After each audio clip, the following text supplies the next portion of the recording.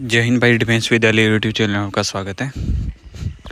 अभी नेवी की जो 3 इंटेक के एक साथ एक ही नोटिफिकेशन आया है, इससे क्या मतलब है कि आपकी तीनों आगे की जो भी वैकेंसीज होगी, फर्स्ट इंटेक 2025 की भी ज्वाइनिंग होने वाली है, ठीक है। उसके बाद बचेगी सेकंड इंटेक, फिर फर्स्ट इंटेक 2026 और सेकंड इंटेक 2026। इन तीनों की जो ज्वाइनिंग है वो एक साथ आपकी होने वाली है, ठीक है भाई। किस तरीके से होगी, मतलब एक साथ नहीं, मतलब मर्ज कर दी गई है।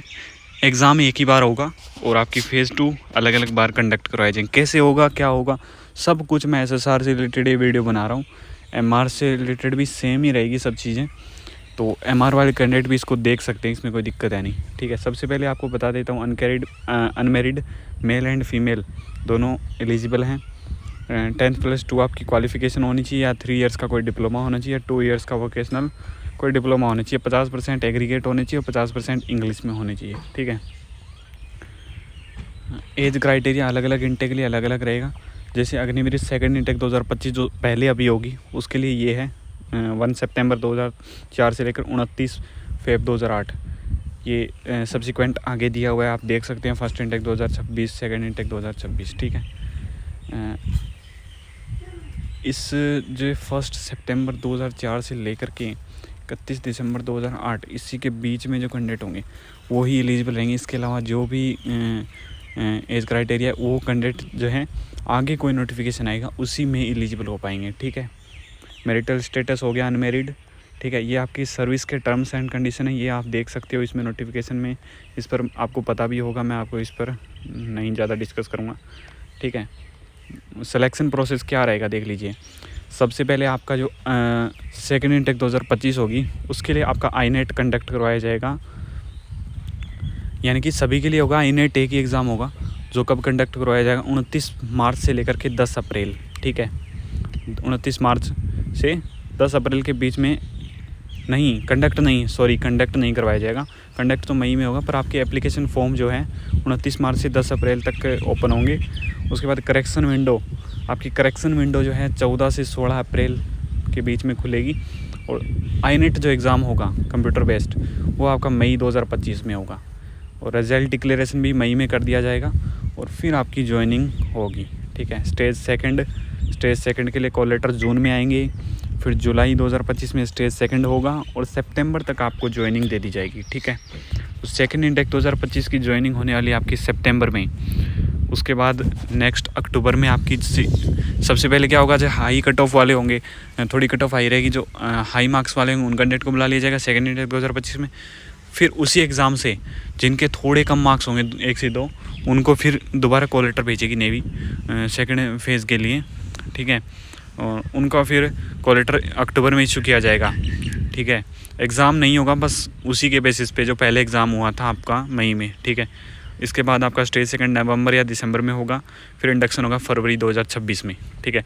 इसके बाद अग्निवीर सेकंड इंटेक 2026 होगी, जिसकी आपकी कॉल लेटर मार्च 26 में आएंगे और मई 2026 में आपके स्टेज सेकंड होगा और चिल्का में इंडक्शन होगा आपका जुलाई 2026। तो ये तीनों इंटेक जुलाई 2026 तक आपकी कंप्लीट करा ली जाएगी। और इसमें कितनी वैकेंसीज़ रहने वाली है, 50,000 प्लस वैकेंसीज़ रहने वाली टोटल। किस तरीके से डिवाइड करेंगे ये नेवी पे डिपेंड करता है, ठीक है। तो ये मैंने आपको बता दिया, ये एग्जैक्ट डेट नहीं है, सब्सिक्वेंट मतलब टेंटेटिव डेट है, ये चेंज हो सकती है, ठीक है। तो जिन भी कैंडिडेट की इस एज क्राइटेरिया में हैं, वो सेकेंड इंटेक 2025 के लिए भी तैयारी कर सकते हैं। आगे की इंटेक में उनका मार्क्स कम रह जाते हैं तो आगे की इंटेक में उनको भी मौका दिया जाएगा, ठीक है। और फॉर्म आपको एक ही भरना है। जैसे आप एसएसआर के लिए भर रहे हो, तो अभी एक बार अप्लाई कर दिया तो आप तीनों इंटेक के लिए एलिजिबल हो गए हो। एमआर का एक बार भर दिया तो आप तीनों इंटेक के लिए एलिजिबल हो गए हो। मेडिकल असिस्टेंट की बात नहीं करूँगा, उस पर एक स्पेसिफिक वीडियो बना दूँगा, ठीक है। नेवी एंट्रेंस एग्ज़ाम में क्या रहेगा क्या नहीं रहेगा वो आपको पता होगा, नहीं पता है तो यहाँ से आप देख सकते हो। 1/5 नेगेटिव मार्किंग जो आपकी रहती है, और स्टेज फर्स्ट के एग्ज़ाम में नहीं रहती, ठीक है। स्टेज फर्स्ट के एग्ज़ाम में रहती है, जो ऑनलाइन एग्ज़ाम होता है। स्टेज सेकंड में नहीं रहती है, ठीक है। एग्ज़ामिनेशन फ़ी आपकी 550 प्लस GST 18% आपको दे के बस एक बार अप्लाई करना है, आप तीनों इंटेक के लिए एलिजिबल हो जाओगे। ठीक है, आपके फिर रिज़ल्ट जो हैं साइट पे ही जारी किए जाएंगे। जॉइन इंडियन नेवी जो साइट है उसको आप विजिट करते रहिए, आप फॉर्म अप्लाई कर, उसी पे फॉर्म अप्लाई होगा, उसी पर आपके ये विंडोज़ खुलेगी, करेक्शन विंडोज़ और आपके रिज़ल्ट वगैरह। शॉर्ट लिस्टिंग जो आपको ऊपर बता दिया मैंने किस तरीके से होगा, सब कुछ हो जाएगा। ठीक है, जो NCC सीट सर्टिफिकेट वाले हैं, ठीक है, ये बात ध्यान रखना, जो NCC सीट सर्टिफिकेट वाले कैंडिडेट हैं उनको स्टेज फर्स्ट का एग्ज़ाम देने की ज़रूरत नहीं है, उनका डायरेक्ट स्टेज सेकंड का जो है वो कॉल अप लेटर आएगा और वेरीफाई किया जाएगा स्टेज सेकंड में कि आपके पास सी सर्टिफिकेट है या नहीं। यदि नहीं पाया जाता है तो आपका कैंडिडेट कैंसिल हो जाएगा। ठीक है, उसके बाद PFT के किस तरीके से रहने वाला है, आपका 1.6 किलोमीटर रनिंग होती है, मेल के लिए 6:30 और फीमेल के लिए 8 मिनट, और उठक बैठक 20, पुशअप 15 और सिटअप्स 15, और गर्ल्स के लिए 15, 10, 10। ये देख सकते हो आप। ये स्टेज सेकंड का जो एग्ज़ाम होगा उसमें आपकी नो नेगेटिव मार्किंग होगी। ठीक है,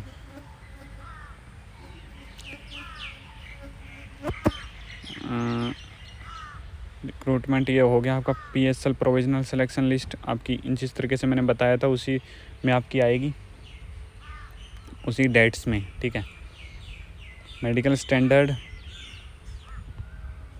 मेडिकल का एक बार देख लेना, बाकी इतना कुछ मतलब हाई लेवल का मेडिकल होता नहीं है नेवी में, बस ऊपर से ही चेक किया जाता है। ठीक है, अगला इसमें कुछ है नहीं। हाउ टू अप्लाई, इसमें आपको है कि 29 मार्च को रात को 12 बजे के बाद से आप 10 अप्रैल को शाम को 5 बजे तक आप अप्लाई कर सकते हैं। किस साइट पे जाओगे, जॉइन इंडियन नेवी। ठीक है, पास ये फ़ोटो कितने साइज़ की चाहिए, ये चीज़ें आप अभी भी तैयार कर सकते हो। Live photography will be captured. ठीक है, लाइव फ़ोटोग्राफी ली जाएगी आप जिस टाइम अप्लाई करोगे।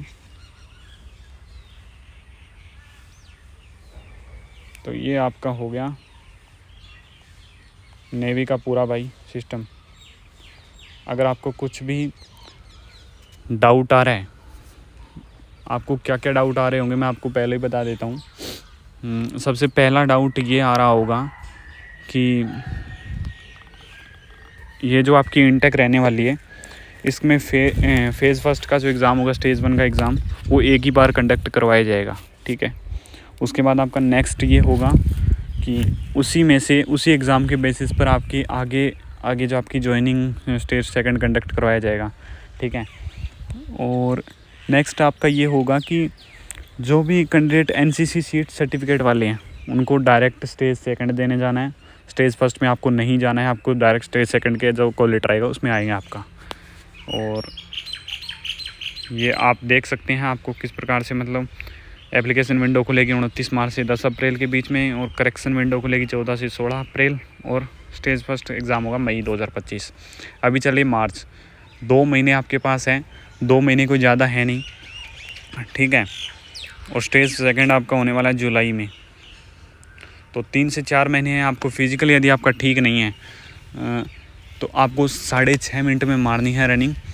आप फिज़िकल थोड़ा टाइट कर लें क्योंकि 6.5 मिनट थोड़ी कम होती है एयरफोर्स के कंपैरिजन में, थोड़ा इसका फिज़िकल होता है ढंग से। ठीक है भाई,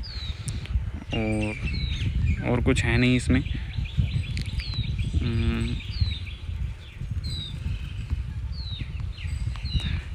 ये आप देख लेना एक बार अग्निवीर का किस तरीके से रहता है।